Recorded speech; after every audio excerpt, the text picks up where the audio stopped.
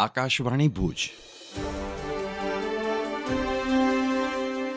પ્રસ્તુત છે અખબારોની હેડલાઇન્સનો કાર્યક્રમ હેવર હેવર.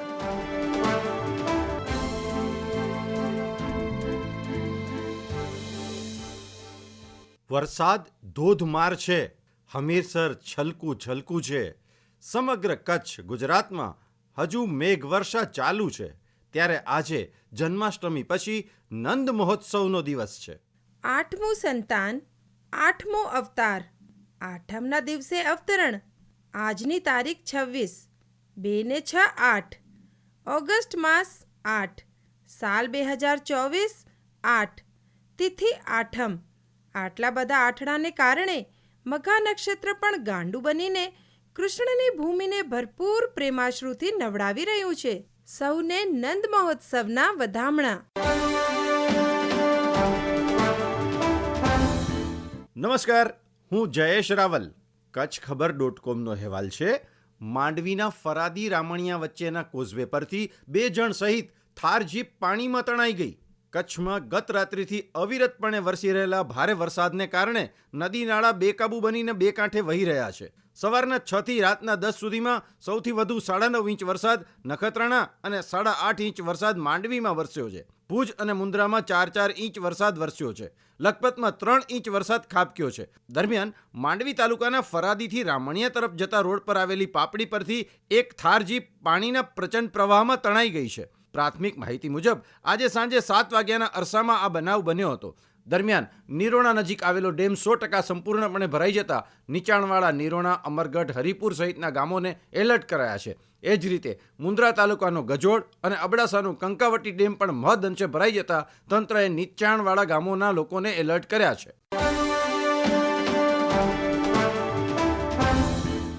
હું ચિત્રા ચૌધરી. દિવ્ય ભાસ્કરની વેબસાઇટ પર સમાચાર છે. 3 દિવસ ગુજરાત માથે વરસાદની ઘાત. આજે સૌરાષ્ટ્ર, કચ્છ અને દક્ષિણ ગુજરાતમાં રેડ એલર્ટ. 50 કિલોમીટરની ઝડપે પવન ફૂંકાશે. હજુ ખતરનાક સિસ્ટમ આવી રહી છે. હવામાન વિભાગ દ્વારા આજે રાત્રિ દરમિયાન સમગ્ર ગુજરાત રાજ્યમાં અત્યંત ભારે ગાજવીજ સાથે વરસાદ વરસવાની આગાહી કરવામાં આવી છે.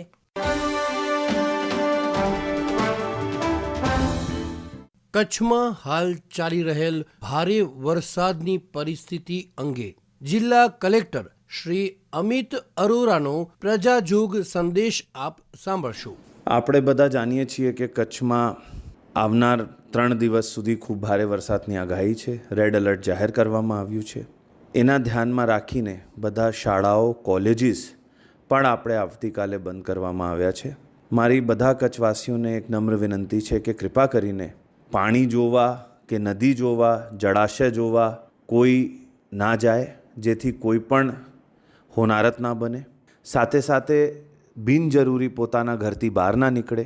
બીજું, ક્યાંય પાપડી ઉપરથી કે કોઝવે ઉપરથી, ખરવટ ઉપરથી પાણી જતું હોય તો જોખમ લઈને એને પાર ના કરે. એના માટે પોલીસને પણ સૂચના આપવામાં આવેલી છે. પર આપણે પણ પોતાની સેફટી માટે ધ્યાન રાખવું જોઈએ.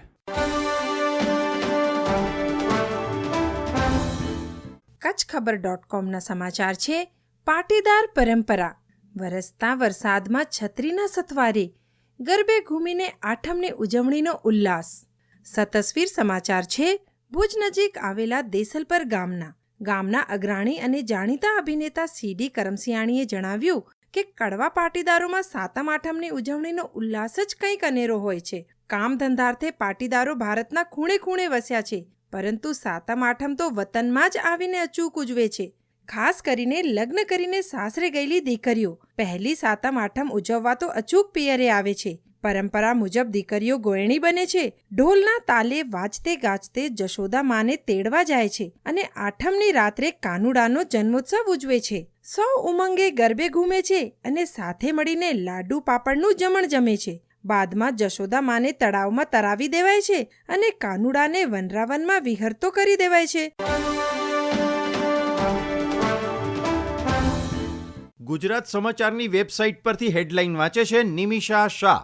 રાજ્યભરમાં સોમવારે મેઘરાજાએ ધમાકેદાર બેટિંગ કરી હતી, તો બીજી તરફ હવામાન વિભાગ દ્વારા રાજ્યમાં આગામી 31 ઓગસ્ટ સુધી ભારેથી અતિભારે વરસાદની આગાહી કરવામાં આવી છે, જેના લીધે બુધવારે 28 ઓગસ્ટથી શરૂ થતી ડીવાયએસઓની પરીક્ષા હાલ પૂરતી મોકૂફ રાખવાનો નિર્ણય લેવામાં આવ્યો છે.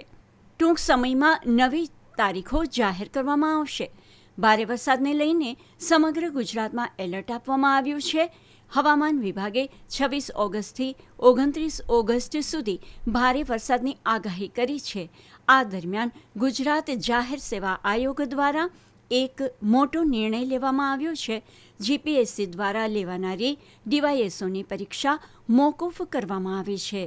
પ્રાપ્ત માહિતી અનુસાર ગુજરાત જાહેર સેવા આયોગ દ્વારા લેવામાં આવતી નાયબ સેક્શન અધિકારી, નાયબ મામલતદાર વર્ગ 3ની મુખ્ય લેખિત પરીક્ષા મોકૂફ રાખવાનો નિર્ણય લેવામાં આવ્યો છે. આ પરીક્ષા 28 ઓગસ્ટના યોજાવાની હતી.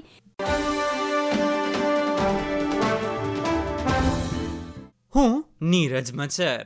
લખપતના માલધારીની ઓઢણ ભેંસ 7.11 લાખમાં વહેંચાઈ. ન્યૂઝ ફોર કચ્છના સમાચાર. કચ્છના પશુઓનું ઊંચી કિંમતે વેચાણ થયું હોય તે કોઈ નવી વાત નથી. અગાઉ કચ્છની બન્ની નસલની ભેંસો 1 લાખથી 5 લાખ સુધી વહેંચાઈ હોવાના કિસ્સાઓ બન્યા છે. તો કેટલાક કિસ્સામાં તેના કરતાં પણ ઊંચી કિંમતે ગાય ભેંસના વેચાણવાના દાખલા છે. ત્યારે હવે લખપત તાલુકામાં વર્માનગર પાસે આવેલ સોનલનગર પશુપાલકની ઓઢણ નામની ભેંસ ₹7,11,000ની ઊંચી કિંમતમાં વેચાઈ હોવાનો કિસ્સો હાલ ચર્ચામાં છે. પશુપાલનના વ્યવસાય સાથે જોડાયેલા સોનલનગરના રહેવાસી મંગલદાન હરદાન ગઢવીની માલિકીની ઊંચી નસલ ધરાવતી ઓઢણ નામની ભેંસ ચંદ્રાલા ગાંધીનગરના પશુપાલક કોવાભાઈ રબારી તેમજ લાલા રબારીએ ખરીદી હતી. આ વિસ્તારના માલધારીઓના જણાવ્યા મુજબ સામાન્ય રીતે 3 થી 4 લાખ જેટલી ભેંસોની કિંમત આપવામાં આવે છે, પરંતુ આટલી ઊંચી વિક્રમી કિંમતમાં આ વિસ્તારની ભેંસ વેચાઈ હોય તેવો સંભવતઃ આ પ્રથમ કિસ્સો છે.